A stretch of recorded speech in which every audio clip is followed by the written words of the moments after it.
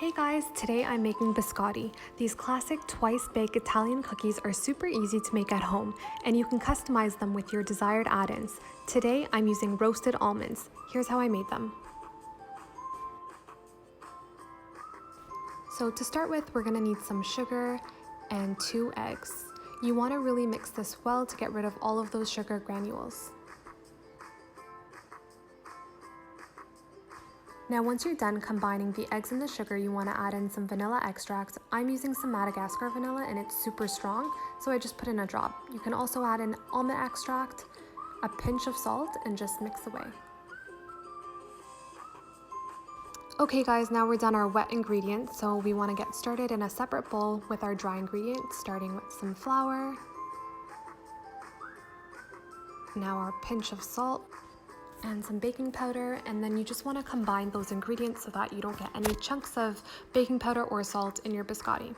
And at this point you want to combine your desired add-ins with the dry ingredients. You can use chocolate, dried fruits, nuts. I used almonds, and now we're going to take this mixture and add it to our wet ingredients.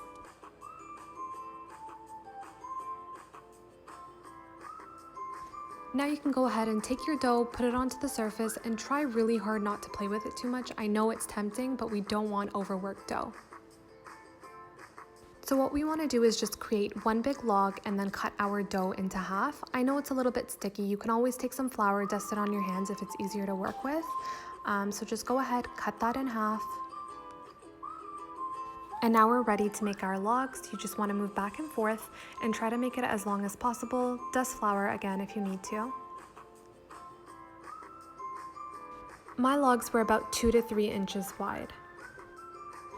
And then once you see your log forming, you just want to start flattening the top of it. And you also just want to try your best to make them even as possible. Okay, and now our first log is done, so we're gonna get started on our second one, and we have the first one there as reference, so it'll be easier to kind of make them the same. Once you're done, you wanna get a cookie sheet, line it with some parchment paper, and then we're gonna bake these only until they're halfway baked, which is about 20 minutes at 350. And this is 20 minutes later. They are out of the oven, and we wanna let them cool for about 5 to 7 minutes before we start cutting them.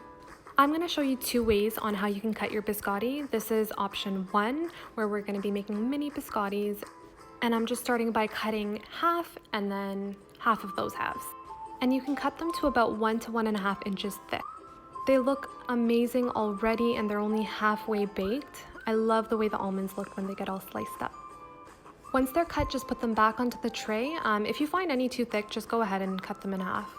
And this is option 2 of how you can cut your biscotti. So I'm just making them a little bit longer, so I'm cutting them diagonally on a slant. You're still making the same thickness, and then that way the biscottis will cook evenly. Okay, I clearly messed up here and did not cut them evenly at all, but I hope you guys will be a little bit more focused. My sister wanted to eat the end pieces, so I just took those off and gave them to her because they are cooked. Okay, and there you have it. There's 2 options, a small one and a big one. Sometimes you just want a small bite and sometimes you want more, so I like doing both. You're gonna put these back onto the tray, and then you're gonna bake them in the oven for 9 minutes on each side. Don't forget to flip them. Another great thing about these biscottis is that you can just place them in an airtight container and then you'll have them for weeks, and it's perfect to have when you have guests over. I really hope you guys enjoyed this video, and I hope you guys try to make this at home.